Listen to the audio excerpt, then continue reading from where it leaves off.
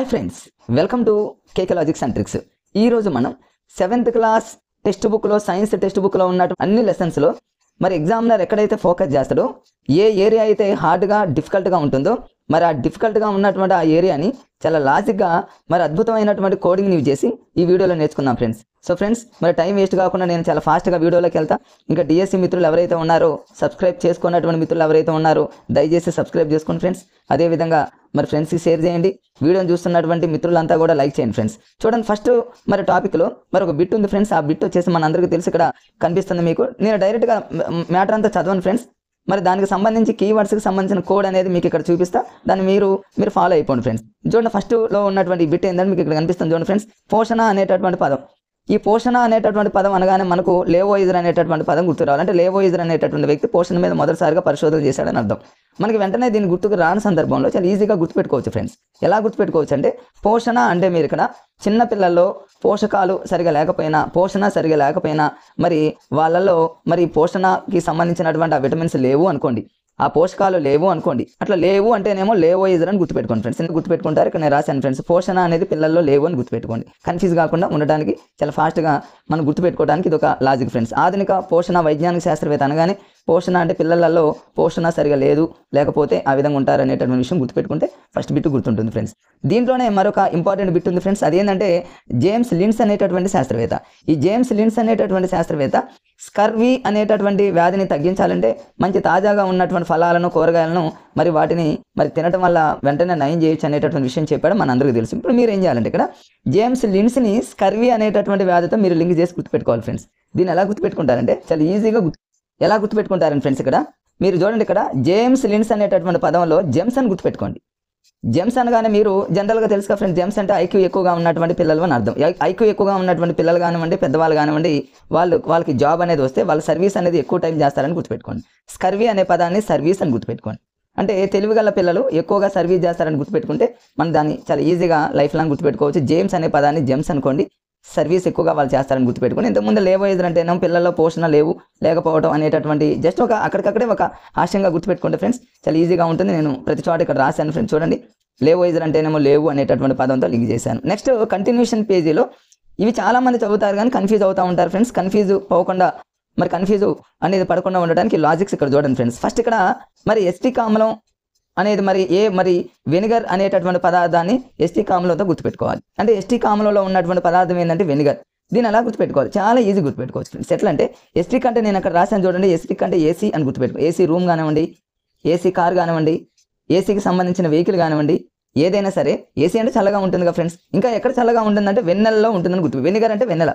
అంటే ఏసీని వెన్నెలతో లింక్ చేసుకోండి ఫ్రెండ్స్. కొంచెం ఫాస్ట్గా వీడియో అనేది ఫాస్ట్గా చెప్పడం జరుగుతుంది ఫ్రెండ్స్. ఎస్టిక్ ఆమ్లం అంటే ఏమో ఏసీ అనుకోండి, మేమైతే అలానే చదువుకున్నాం. ఏసీ అనేది చల్లగా ఉంటుంది, వెన్నెల్లో కూడా చల్లగా ఉంటుంది, గుర్తుపెట్టుకోండి ఫ్రెండ్స్. తర్వాత ఓలిక్ ఆమ్లం, అదేవిధంగా ఆలివ్ ఆమ్లం. దీని అలా జనరల్గా చూడండి, ఆలివ్ అంటేనేమో మనకు జనరల్గా యాంకర్ ఆలీ కావచ్చు, కమెడియన్ ఆలీ కావచ్చు. మరి ఇట్లా ఆలీని కనుక మీరు గుర్తుపెట్టుకున్నట్లయితే, ఓలిక్ అంటేనేమో హోలీ పండుగని గుర్తుపెట్టుకోండి.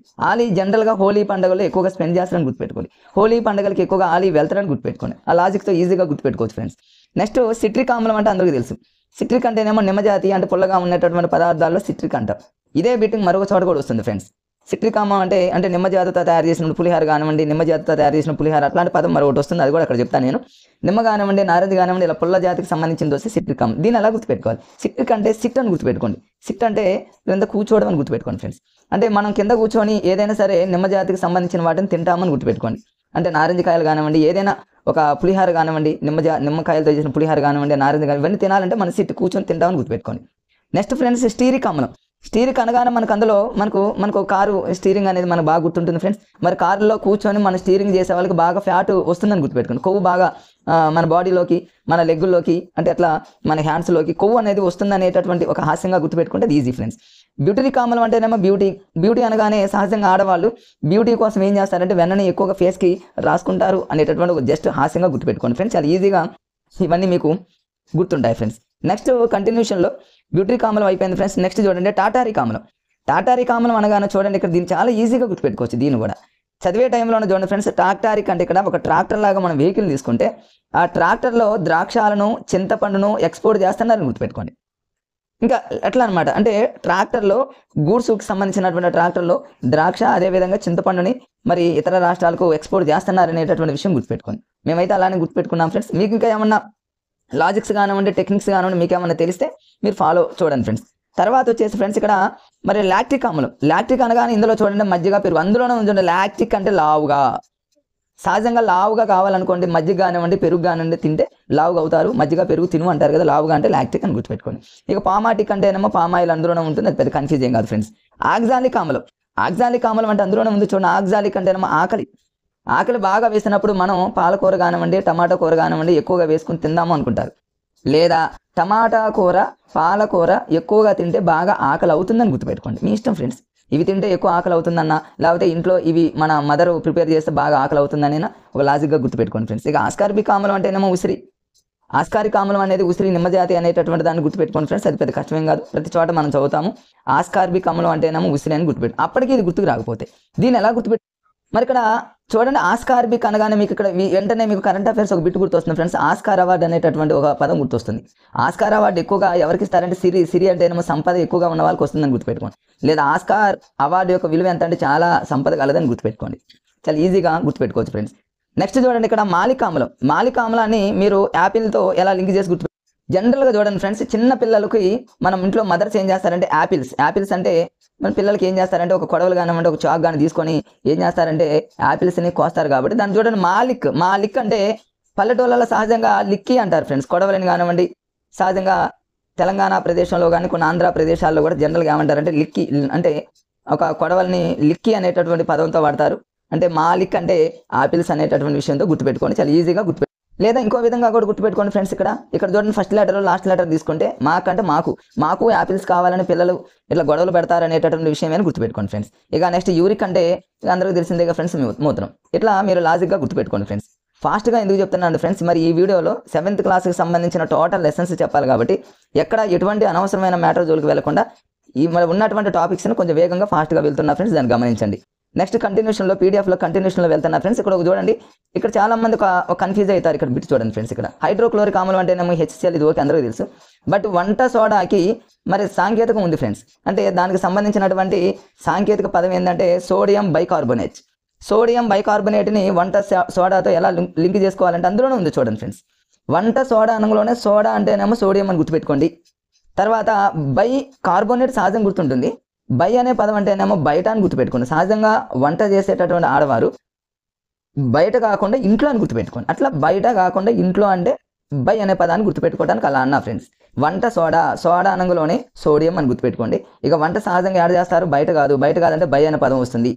మీరు ఎక్కడ కన్ఫ్యూజ్ అవుతారంటే సోడియం కార్బోనేటా సోడియం బైకార్బోనేటా అన్నప్పుడు బై అనే పదం గుర్తుకు రావడానికి వంట ఎప్పుడైనా బయట కాదు లోపల అనేటటువంటి విషయాన్ని గుర్తుపెట్టుకోండి ఫ్రెండ్స్.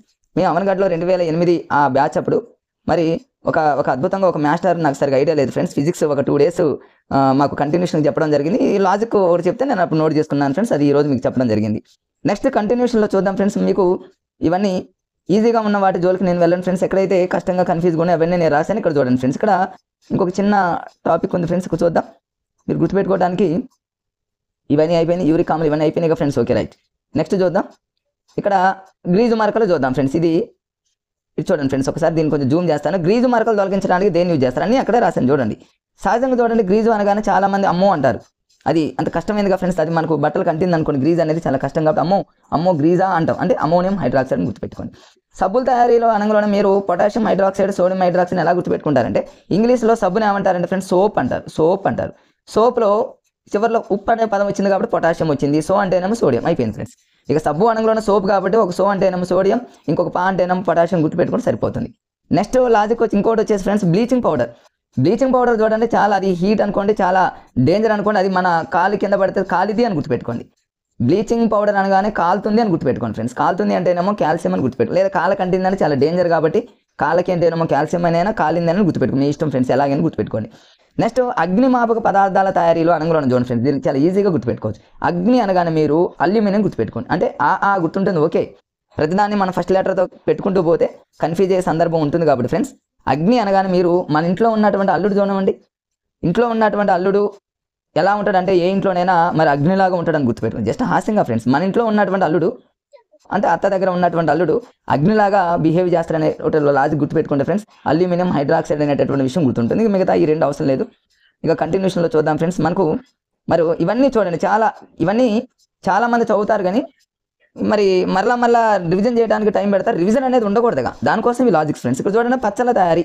పచ్చళ్ళ వనంలోనే ఏసీలో ఉంచామనుకోండి, ఈ పచ్చళ్ళు అవి ఎప్పటికీ చెదిరిపోవు, పాడైపోవు. కాబట్టి ఏసీ అంటే ఎస్సీ కామలో అని గుర్తుపెట్టుకోండి ఫ్రెండ్స్, ఇది అయిపోతుంది. పులిహోర అనంలోని ఇంట్లో సహజంగా పులిహోర కానివ్వండి, పులిహోర దేంతో చేస్తారు? నిమ్మజాతి కానివ్వండి, పుల్లటి పదార్థాలు. ఇంతకుముందు ఒక బిట్ వచ్చింది ఫ్రెండ్స్, అదే మోడల్లో ఇది ఒక బిట్టు. పులిహోర జనరల్గా ఏం చేస్తాం మనం? ఇంట్లో కూర్చొని తింటాం. సిట్రిక్ అంటే సిట్, కూర్చొని తింటాం. శీతల పానీయం అంటే నేను ఫ్రెండ్స్ కార్బానిక్ అంటే కార్లో కూర్చొని మనం డ్రింక్స్ తాగుతాం. కార్లో తాగుతాం కాబట్టి శీతల అని గుర్తుపెట్టుకోండి. సిరా అని అనగానే మీరు లిక్ మధ్యలో ఇంకు సున్నా పెట్టుకుంటే ఇంక్ అని గుర్తొస్తుంది. ఆక్జా లింక్ అంటే సిరా, ఇంకు సిరా అని గుర్తుపెట్టుకోండి, సరిపోతుంది. మరి ఎరువుల తయారీ అనగానే మీరు ఎరువులు సహజంగా చాలా ఏం చేస్తారంటే చల్లుతారు. సహజంగా రైతులు ఏం చేస్తారంటే ఫ్రెండ్స్, ఎరువులని చల్లుతారు కాబట్టి చల్లటం అంటే సల్ఫ్యూరిక్, అందులోనే ఉంది చల్లటం, సల్ఫ్యూరిక్ ఎరువులు. అదే మందుల తయారీలు అంటే ఏమో హైడ్రోక్లోరిక్ ఆమ్లం అనే విషయం గుర్తుపెట్టుకోండి. మరి దీన్ని ఎలా గుర్తుపెట్టుకుంటారని జనరల్ ఇది వండర్ అందరికీ తెలిసిన బిట్టే ఫ్రెండ్స్. మందులు అనగానే సహజంగా మందులు కానివ్వండి ఎక్కడ తయారవుతాయి అంటే హైదరాబాద్లో తయారవుతాయి. మనం యూజ్ చేసేటటువంటి టాబ్లెట్స్ కానివ్వండి ఏవైనా సరే రంగులకు సంబంధించి మందులకు సంబంధించి హైదరాబాద్లో తయారవుతాయి కాబట్టి హైదరాబాద్ అంటే హైడ్రోక్లోరిక్ ఆమ్లం అనేటటువంటి విషయాన్ని గుర్తుపెట్టుకోండి ఫ్రెండ్స్. చూడండి, ఇవన్నీ కొంచెం ఫాస్ట్గా మూవ్ అవుతున్నాను ఫ్రెండ్స్. కొంచెం ఆ లాజిక్స్ అనేవి మీరు వీలుంటే స్క్రీన్ షాట్ తీసుకోండి ప్రస్తుతానికి, తర్వాత నోట్ చేసుకోండి ఫ్రెండ్స్. కంటిన్యూషన్లో చూద్దాం. ఇక్కడ మరి ఇక ఇది అందరికీ తెలిసినటువంటిది ఫ్రెండ్స్. ఇక్కడ దారాలకు సంబంధించి 2 బిట్స్ ఉన్నాయి. మరి కొంతమంది తెలియని మిత్రులు ఎవరైనా ఉండొచ్చు, అందరికీ తెలుసు. మరి ఇక్కడ పడుగు అంటేనేమో నిలువు దారాలను పడుగు అంటారు, అడ్డంగా ఉన్న దారాలను మరి ప్యాక అంటారు. దీన్ని ఎలా గుర్తుపెట్టుకుంటారు ఫ్రెండ్స్? పడుగులో 3 లెటర్స్ ఉన్నాయి, పడుగులో 3 లెటర్స్ ఉన్నాయి, 3 లెటర్స్ ఉన్నాయి. అదేవిధంగా నిలువులో 3 లెటర్స్ ఉన్నాయి కాబట్టి నిలువు అనగానే మనకు పడుగు 3 లెటర్స్. ప్యాక అంటేనేమో 2 లెటర్స్ కాబట్టి అడ్డులో 2 లెటర్స్ ఉన్నాయి, సరిపోతుంది. మీరు ఆ విధంగా గుర్తుపెట్టుకోండి ఫ్రెండ్స్. ఇందులో అది పెద్ద కన్ఫ్యూజ్ ఏం కాదు. తెలియని మిత్రులు ఎవరైనా ఉంటే దాన్ని గ్రహించండి ఫ్రెండ్స్. నెక్స్ట్ చూడండి ఫ్రెండ్స్, గెలీలియోకి సంబంధించి థర్మామీటర్ అనగా అందరికీ తెలుసు, గెలీలియో నో డౌట్స్. ఇంకా తెలియనటువంటి మిత్రులు ఎవరైనా ఉంటే కన్ఫ్యూజ్ కాకుండా ఉండడానికి ఎలా గుర్తుపెట్టుకుంటారంటే సహజంగా చూడండి ఫ్రెండ్స్, ధర్మంగానే మనం గెలవాలని గుర్తుపెట్టుకోండి. ధర్మంగా అంటే థర్మామీటర్, గెలవాలంటేనేమో గెలీలియో. ఏమున్నాయి ఫ్రెండ్స్, చిన్న లాజిక్స్ యూజ్ చేస్తే నాన్ మ్యాథ్స్ వాళ్ళు కూడా మ్యాథ్స్ని ఇట్లాంటి ఫిజిక్స్ ఇవన్నీ కూడా చాలా ఈజీగా మరి చదువుకోవచ్చు. మరి వెదర్ ఫోర్కాస్ట్ 7th క్లాస్లో ఉన్నటువంటి అన్ని లెసన్స్ ఫ్రెండ్స్ ఒక పీడిఎఫ్గా కన్ఫ్యూజ్గా ఉన్న వాటిని నేను నీట్గా చేశాను. మిగతావన్నీ జనరల్ పాయింట్స్ చాలా ఈజీగా ఉంటాయి. కష్టంగా ఉన్న వాటిని మీదనే ఎక్కువగా ఎగ్జామినర్ ఫోకస్ చేస్తారు కాబట్టి వాటిని నేను ఎక్కువ దృష్టి పెట్టడం జరిగింది ఫ్రెండ్స్. వెదర్ ఫోర్కాస్ట్ ఒకటి, వెదర్ రిపోర్ట్, ఈ 2 ఇంపార్టెంట్. దీన్ని ఎలా గుర్తుపెట్టుకోవాలి? భవిష్యత్తు అనేటటువంటి పదం రాగానే మీకు వెదర్ ఫోర్కాస్ట్ గుర్తు రావాలి. మరి జరిగినటువంటి పాస్ట్ టెన్స్ గతంలో అనే పదం గుర్తు రాగానే వెదర్ రిపోర్ట్ గుర్తు రావాలి. దీన్ని ఎలా గుర్తుపెట్టుకుంటారు? చాలా ఈజీ ఫ్రెండ్స్. చూడండి, ఇక్కడ ఫోర్కాస్ట్లో ఎఫ్ అనే లెటర్ వచ్చింది. ఎఫ్ అంటేనేమో ఫ్యూచర్ అని గుర్తుపెట్టుకోండి, ఫినిష్. రిపోర్ట్లో 4 రాలేదు ఫ్రెండ్స్, పా వచ్చింది. పా అంటేనేమో పాస్ట్ టెన్స్ అని గుర్తుపెట్టుకోండి. పాస్ట్ టెన్స్ అంటే గతం, అయిపోయింది. ఒకవేళ గతంలో జరిగిన వాతావరణ వివరాలు తెలుసుకోవాలంటేనేమో మరి పి అంటే గతం అంటేనేమో పాస్ట్ టెన్స్ కాబట్టి రిపోర్ట్ వస్తుంది. భవిష్యత్ అంటే మరి ఫ్యూచర్ కాబట్టి 4 అనేటటువంటి ఎఫ్ అనేటటువంటి పదం వస్తుంది, గుర్తుపెట్టుకోండి ఫ్రెండ్స్. కన్ఫ్యూజ్ అవుతారనే ఉద్దేశంతో నేను దాన్ని ఒక కోడ్ మేము గతంలో రాసుకున్నాము, మీకు ఇప్పుడు చెప్పడం జరిగింది ఫ్రెండ్స్. నెక్స్ట్ మరి విద్యుత్ బల్బులను శ్రేణి సంధానం, సమాంతర సంధానం. ఇది జనరల్గా అందరికీ తెలుసు కదా ఫ్రెండ్స్. శ్రేణి సంధానం అనగానే కొంతమంది మరి గుర్తుండదో అనేటటువంటి విధానంలో మీకు చెప్పడం జరిగింది ఫ్రెండ్స్. శ్రేణి సంధానం ఒకటి, సమాంతర సంధానం అనగానే ఇళ్లలో మనం యూజ్ చేసేటటువంటి కరెంటు. శ్రేణి సంధానం అంటేనేమో ఎక్కడైనా ఫంక్షన్స్ కానివ్వండి, ఎక్కడ మ్యారేజెస్ అలాంటి చోట్లలో మరి లైటింగ్ యూజ్ చేస్తారు, అట్లా దండలాగా దాని శ్రేణి సంధి. దీన్ని ఎలా గుర్తుపెట్టుకోవాలి? శ్రేణి అనేది చూడండి, ఇది శ్రేణి, ఈ షాని మెలకలుగా ఉందిగా ఫ్రెండ్స్. ఇంత మెలకలుగా ఉందంటే మరి ఎలక్ట్రిషియన్ వాళ్ళు కూడా ఇలా మెలకలుగా వేస్తారని గుర్తుపెట్టుకోండి.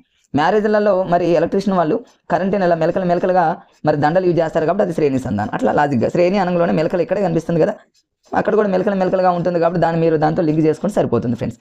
ఇక దీనికి కంటిన్యూషన్ చాప్టర్ వచ్చేసి 9th లో ఉంది, 10th లో ఉంది. అది మరొక వీడియోలో చేస్తా ఫ్రెండ్స్. ఏది ధ్వని కానివ్వండి, కాంతి కానివ్వండి. మరి ఎస్జిటి వాళ్ళకి ప్రత్యేకంగా కంటిన్యూ అంటే లింక్డ్ చాప్టర్ 10th క్లాస్ వరకు అన్నాడు కాబట్టి మరి అన్ని చాప్టర్స్తో లింక్గా ఉన్నటువంటి టాపిక్స్ అన్నిటితో ఒక వీడియో చేస్తా ఫ్రెండ్స్. మీకు అది లాజిక్స్తో అద్భుతంగా జస్ట్ ఒక 2-3 రోజుల్లోనే చేస్తాను. దానికి సంబంధించి కమ్యూనిటీలో కూడా ఒక థంబ్నెయిల్ పెట్టాను ఫ్రెండ్స్, మీరు అందరూ చూసే ఉంటారు. ఇట్లా సమాంతర సంధానం, దీనికి 2 ఫార్ములాస్ ఉంటాయి ఫ్రెండ్స్. 1/r = 1/r1+, అది మీకు అక్కడ చెప్తాను. r = r1+r2 అని ప్రాబ్లమ్స్ కూడా ఉంటాయి, అవి మీకు తర్వాత చాలా ఈజీగా లాజిక్గా చెప్తా ఫ్రెండ్స్. అక్కడ మైకల్ ఫ్యారడేని అనగానే అందరికీ తెలుసు కదా, ట్రాన్స్ఫార్మర్ అని, విద్యుత్ డైనమో అని. మ్యాథ్స్ వాళ్ళకి, సైన్స్, బయాలజీ వాళ్ళకి తెలుసు ఫ్రెండ్స్, నాన్ మ్యాథ్స్ వాళ్ళకి తెలియకపోవచ్చు. మరి దీన్ని ఎలా గుర్తుపెట్టుకోవాలి? మైకేల్ ఫ్యారడే అనగానే మైక్ అనే పదం గుర్తుపెట్టుకోండి.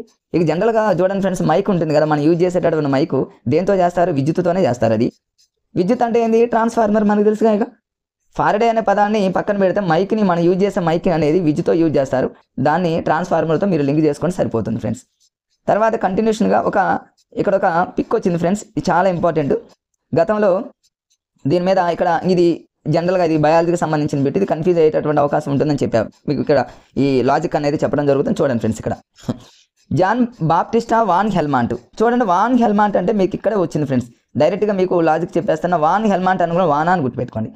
జనరల్గా చూడండి, వానా అనే పదం దేనికి యూజ్ అవుతుందంటే మొక్కలకు సంబంధించి. పైన కొంచెం మ్యాటర్ ఉంది చూడండి ఫ్రెండ్స్.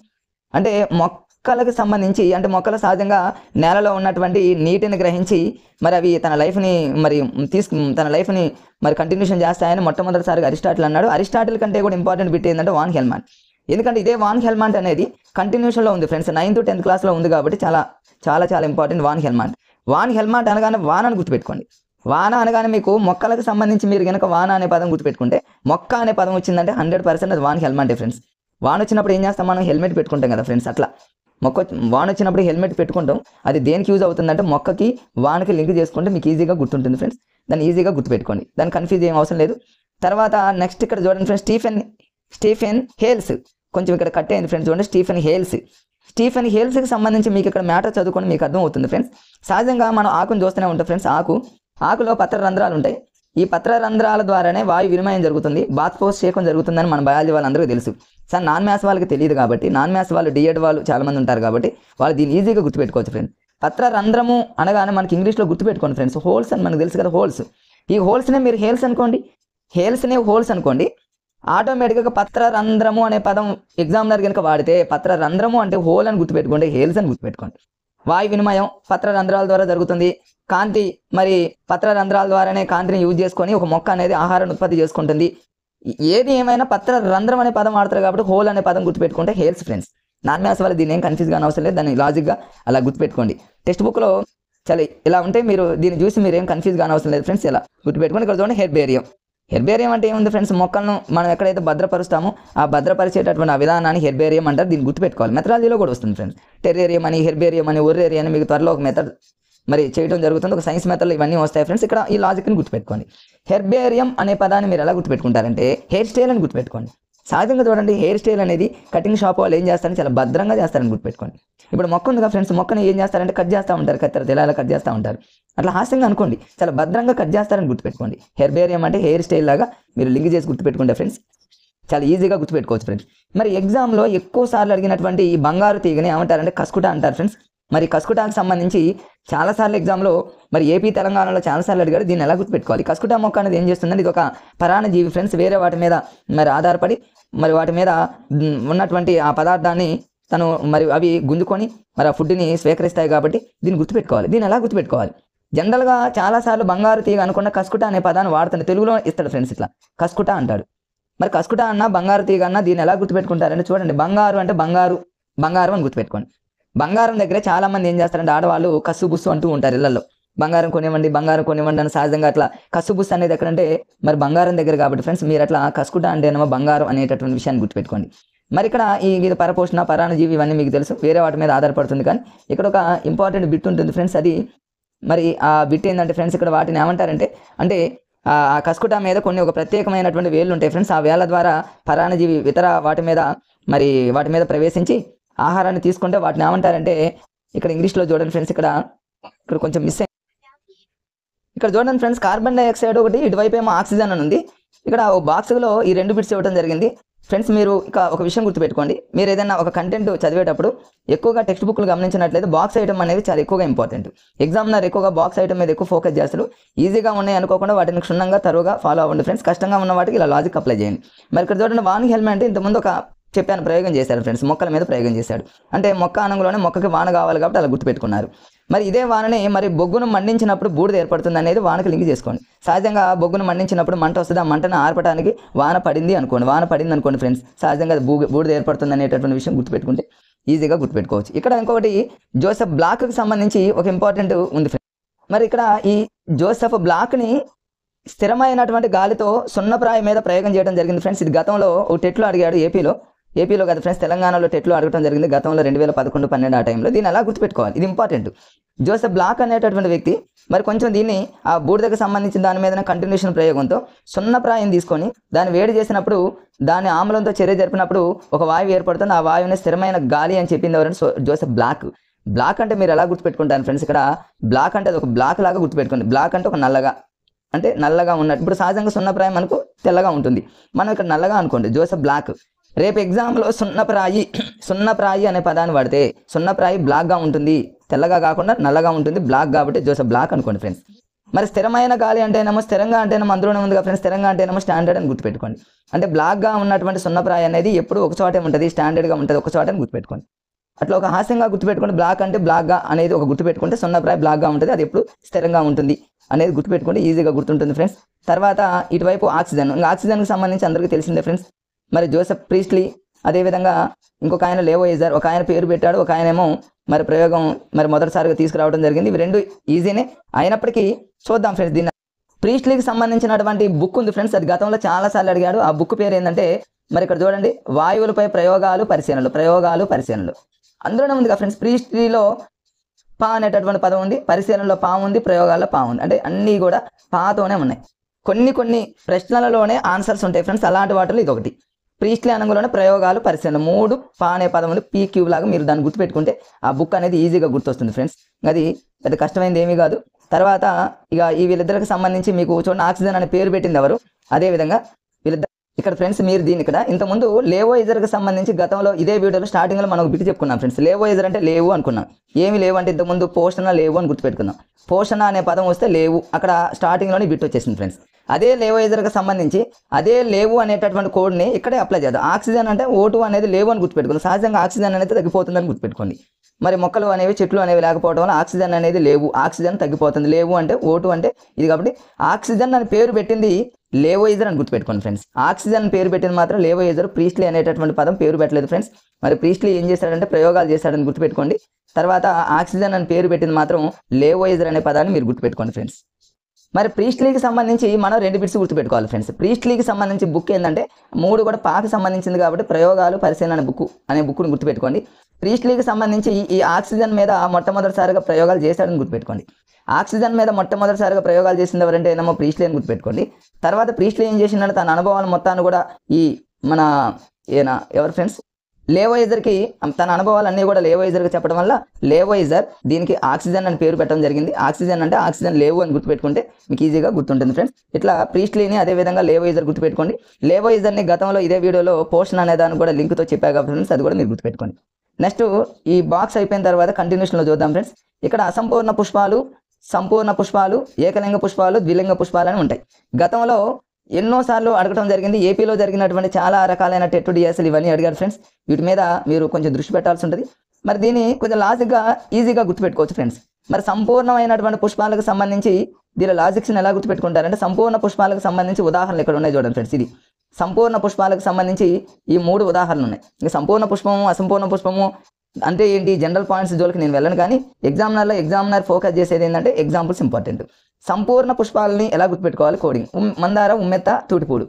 సైన్స్ పరిభాషలో ఎలా గుర్తుపెట్టుకుంటే కన్ఫ్యూజ్ అయ్యే అవకాశం ఉంటుంది 4 ఆప్షన్స్లో. దీన్ని ఎలా గుర్తుపెట్టుకుంటారు ఫ్రెండ్స్, ఏదైనా ఒక కుటుంబం సంపూర్ణంగా ఉండాలి అంటే ఆ కుటుంబంలో అత్తగారు అంటేనేమో అత్త ఉండాలి, అత్త అంటే ఉమ్మెత్త. అదేవిధంగా మామ ఉండాలి, మామ అంటేనేమో మందార ఉండాలి.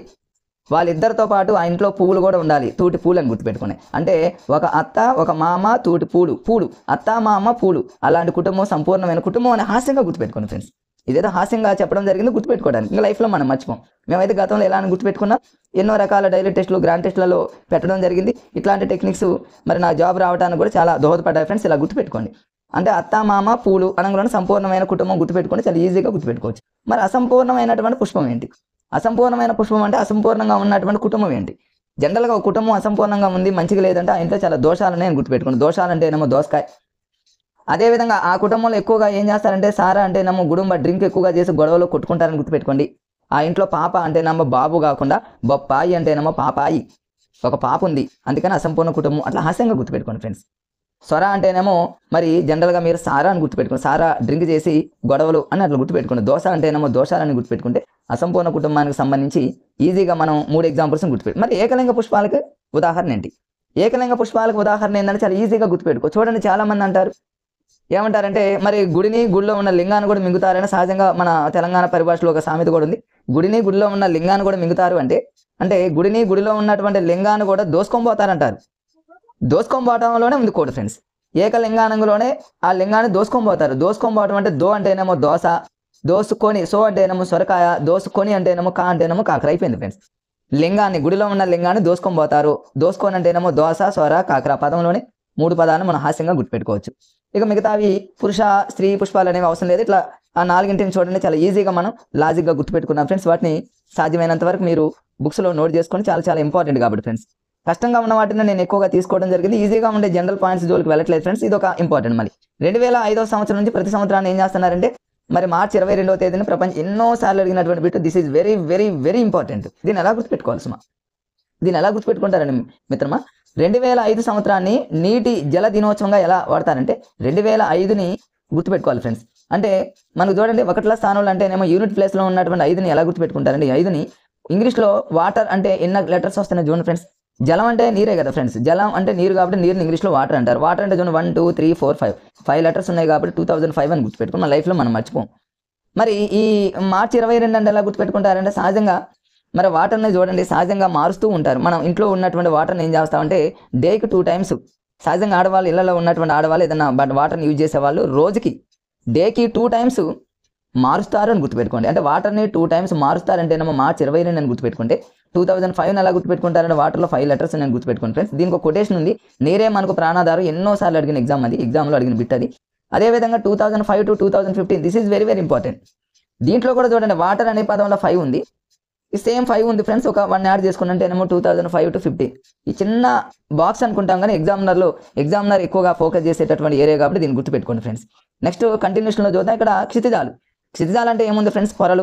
ఇది 7th క్లాస్లో మరి క్లియర్గా ఉంది. చాలా ఇంపార్టెంట్ ఫ్రెండ్స్. ఇది మరి మన భూమిపై ఉన్నటువంటి కింద నుంచి మొత్తం పొరలు ఉంటాయి ఫ్రెండ్స్. ఆ పొరలకు సంబంధించి ఓ క్షితిజం అని, అదేవిధంగా కంటిన్యూషన్లో ఏ అని, ఇట్లా తర్వాత చూడండి ఫ్రెండ్స్ ఈ అని, తర్వాత బి అని, తర్వాత కంటిన్యూషన్లో చూడండి ఫ్రెండ్స్ ఇటువైపు ఉంటుంది బి, తర్వాత ఇట్లా ఉంటాయి అన్నమాట. కొంచెం అవి పీడిఎఫ్లో రాలేదు ఫ్రెండ్స్. మొత్తం మీద ఉన్నటువంటి భూమి క్రింద ఉన్నటువంటి పొరల సంఖ్య మొత్తం చూడండి ఓ ఉంటుంది, ఏ ఉంటుంది, ఈ అనేటటువంటి క్షితిజం, బి అనేటటువంటి క్షితిజం, సి అనేటటువంటి క్షితిజం, ఆర్ అనేటటువంటి క్షితిజం. క్షితిజం అంటే పొర అని అర్థం. ఒక్కొక్కసారి క్షితిజం అనేటటువంటి పదం వాడకుండా ఇంగ్లీష్లో దానికి ఒక పదం ఉంటుంది ఫ్రెండ్స్. గతంలో మరి అడిగాడు ఫ్రెండ్స్, అది క్షితిజాలకు సంబంధించి హారిజన్స్ అంటారు, హారిజన్స్ ఆఫ్ సాయిల్. తెలుగులోనే ఇస్తాడు హారిజన్స్ అనగానే మళ్ళీ ఇదేంటో అనుకోవద్దు ఫ్రెండ్స్. హారిజన్స్ అన్నా క్షితిజాలన్నా ఒకటే గుర్తుపెట్టుకోండి, భూమి క్రింద ఉన్నటువంటి పొరలు. ఈ పొరల్ని మనం ఆటల్లో గుర్తుపెట్టుకోవాలి ఫ్రెండ్స్. గతంలో అడిగాడు ఎట్లా 2 పొరల మధ్య ఉన్న ఓకి తర్వాత మరి ఈకి మధ్యలో ఉన్నటువంటి పొర ఏంటి, ఒక్కొక్క పొర యొక్క ప్రత్యేకత ఏంటి, వాళ్ళ కొన్ని అడిగాడు ఫ్రెండ్స్. వాటిని నేను ఇక్కడ మీకు ఒక లాజిక్గా చెప్తాను ఫ్రెండ్స్. వీటన్నింటిని మీరు ఎలా గుర్తుపెట్టుకుంటారని నేను ఇక్కడ రాస్తున్నా చూడండి ఫ్రెండ్స్. ఓ అనే పదం ఒకటి ఉంటుంది, ఏ ఉంటుంది, తర్వాత ఈ అనేటటువంటి పదం ఉంటుంది, తర్వాత బిసిఆర్. మొత్తం ఇన్ని రకాలైనటువంటి క్షితిజాలు హారిజన్స్ ఉంటాయి ఫ్రెండ్స్. ఓ క్షితిజం ఏఈబిసిఆర్. వీటన్నింటిని మనం నేలతో లింక్ చేసుకోవాలి. సహజంగా చూడండి ఫ్రెండ్స్, నేల మీద మనం కూర్చొని ఏం చేస్తామంటే భోజనం చేస్తాం. మన ఫ్రెండ్స్ కానివ్వండి, మన మిత్రులు కానివ్వండి, ఎవరైనా వచ్చారనుకోండి, మనం భోజనం బీసీఆర్ అంటే చివరిలోది భోజనం చేద్దాం రండి అంటే నేల మీద కూర్చొని భోజనం చేద్దాం రండి అని పిలుస్తున్నాం. ఎవరిని పిలుస్తున్నామంటే ఏఈ, అగ్రికల్చరల్ ఎడ్యుకేషన్ అనేటటువంటి ఏఈని పిలుస్తున్నాం. ఓ ఏఈ భోజనం చేద్దాం రా, ఎక్కడ నేల మీద కూర్చొని అని ఒక హాస్యంగా గుర్తుపెట్టుకుంటే ఇక అయిపోతుంది ఫ్రెండ్స్. నేలకు సంబంధించిన క్షితిజాలు మొత్తం వస్తాయి. ఓకి ఈకి మధ్యలో ఏ ఉంటుంది, ఈకి సికి మధ్యలో బి ఉంటుంది. వాడు ఎట్లా ఏ విధంగా అడిగినా మీరు ఈజీగా గుర్తుపెట్టుకో. స్టార్టింగ్ ఏంటి, ఎండింగ్ ఏంటి, ఏ విధంగా అడిగినా కూడా వాడి క్షితిజాలన్నింటిని గుర్తుపెట్టుకోవచ్చు. హారిజన్స్ అనేటటువంటి విషయాన్ని ఇంగ్లీష్లో కూడా గుర్తుపెట్టుకోండి ఫ్రెండ్స్. చాలా ఇంపార్టెంట్. ఇప్పుడు నెక్స్ట్ రాబోతున్నది కూడా ఇదంతా అమృతాదేవి. ఇది చూడండి చిన్న టాపిక్ అనుకుంటా. అమృతాదేవి అనగానే మనందరికీ తెలుసు ఫ్రెండ్స్. అంతకుముందు చిప్కో ఉద్యమానికి సంబంధించి సుందర్లాల్ బహుగుణ ఎంత ఇంపార్టెంటో మీకు చిప్కో సుందర్లాల్ బహుగుణ అంటే అందరికీ తెలుసు. అది దాని కోడ్ ఏం అవసరం లేదు. బట్ అమృతాదేవిని ఇంకా ఎవరైనా ఖజారి వృక్షాలకు లింక్ చేయడం కష్టంగా ఉంటే ఈజీగా గుర్తుపెట్టుకోవచ్చు ఫ్రెండ్స్. ఖజారి వృక్షాలను కూడా కాపాడినటువంటి మరి ఆమె ఎవరంటే ఆ నాయకత్వం వహించింది ఎవరంటే అమృతాదేవి. దీన్ని ఎలా గుర్తుపెట్టుకుంటారంటే ఖజారి అంటే ఖర్జూరం అని గుర్తుపెట్టుకుంటారు. ఈ చెట్టు ఖర్జూరం చెట్లాగా అనుకోండి మీరు కాసేపు. ఇది చూడండి ఇక్కడ చూపిస్తున్న ఈ చెట్టు అనేది ఖర్జూరం చెట్టు అనేది చాలా అమృతంగా ఉంటుంది. ఖర్జూరం తీయగా చాలా అమృతంగా ఉంటుంది కాబట్టి ఖజారి అనుగుణ ఖర్జూరం అమృతాదేవి అనే పదం గుర్తుపెట్టుకుంటే చాలా ఈజీ ఫ్రెండ్స్. అది పెద్ద కష్టమేం కాదు. తర్వాత వచ్చేసి ఇక్కడ మరి వెదర్ ఫోర్కాస్ట్ ఇంతకుముందు చెప్పడం జరిగింది, భవిష్యత్తు అనేటటువంటిది మళ్ళీ కంటిన్యూషన్లో రావడం జరిగింది.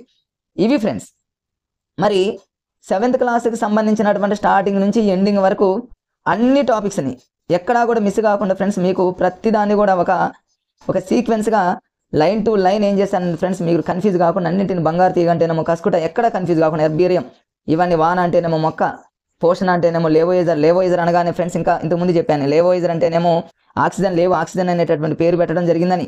మరి సంపూర్ణమైనటువంటి పుష్పం, సంపూర్ణంగా ఉన్న కుటుంబం అని ఎవరిని అంటారు మనందరికీ తెలుసు ఫ్రెండ్స్. సంపూర్ణంగా ఉన్నటువంటి కుటుంబం అని ఎవరిని పిలుస్తామంటే అత్త, ఉమ్మెత్త, మామ, మందారం, పూలు, తోటి పూలు, అత్త మామ పూలు ఉంటే సంపూర్ణమైన కుటుంబం. ఏకలింగ పుష్పం అంటేనేమో గుళ్ళో ఉన్న లింగాన్ని కూడా దోసుకొని అంటేనేమో ద్వాసాస్వర కొని అంటేనేమో అట్లా మీరు హాస్యంగా గుర్తుపెట్టుకోండి ఫ్రెండ్స్. ఇవన్నీ మీరు హాస్యంగా లాజిక్గా గుర్తుపెట్టుకుంటే మైకల్ అంటేనేమో మైకు. ఇప్పుడు ఈ వీడియోని చూసినటువంటి మిత్రులంతా కూడా టైం వేస్ట్ కాకుండా ఫ్రెండ్స్ మ్యాక్సిమం స్పీడ్గా మీరు చూస్తూ, ఎందుకంటే టైం అనేది చాలా ఇంపార్టెంట్ కాబట్టి ఏదైనా యూట్యూబ్లో వీడియోని చూస్తున్నప్పుడు కూడా మీకు ఏదైతే అవసరమో దాన్నే ఫాలో అవ్వండి ఫ్రెండ్స్. అనవసరమైనటువంటి వీడియోస్ని ఈ కొద్ది రోజులు మీరు చూడకండి. మెయిన్ ఇప్పుడు చూడాల్సిందల్లా యూట్యూబ్లో ఏమన్నా ఎక్కడైనా ఎలాంటివి ఏదైనా అవసరం ఉంటే మాత్రం ఖచ్చితంగా యూజ్ చేయండి. టెక్నాలజీని ఎవరైతే ఎక్కువగా యూజ్ చేస్తారో కన్ఫామ్గా ఫ్రెండ్స్ అలాంటి వాళ్ళు మరి 100% జాబ్ కొడతారు. టెక్నాలజీని ఫోన్ అనేది చాలా మనకు మెమరీ ఎంత యూజ్ అవుతుందంటే చాలా ఫ్రెండ్స్. ఫోన్ అనేది అనవసరం అంటారు కానీ నాకు తెలిసి ఫోన్ అనేది చాలా అవసరం. కానీ కరెక్ట్గా దాన్ని యూజ్ చేసుకున్న వాళ్ళకి ఫోన్ అనేది చాలా యూజ్ అవుతుంది ఫ్రెండ్స్. మంచి వీడియోస్ చాలామంది మిత్రులు యూట్యూబ్లో అప్లోడ్ చేస్తున్నారు. అవన్నీ మంచి వీడియోస్ని మీరు చూడండి, మంచిగా ప్రిపేర్ అవ్వండి ఫ్రెండ్స్. నా వీడియోని చూస్తున్నటువంటి మిత్రులందరూ కూడా దయచేసి లైక్ చేయండి ఫ్రెండ్స్కి షేర్ చేసి కొత్త వాళ్ళు సబ్స్క్రైబ్ చేసుకోండి. ఓకే ఫ్రెండ్స్, మరలా రేపు కలుద్దాం. Bye friends.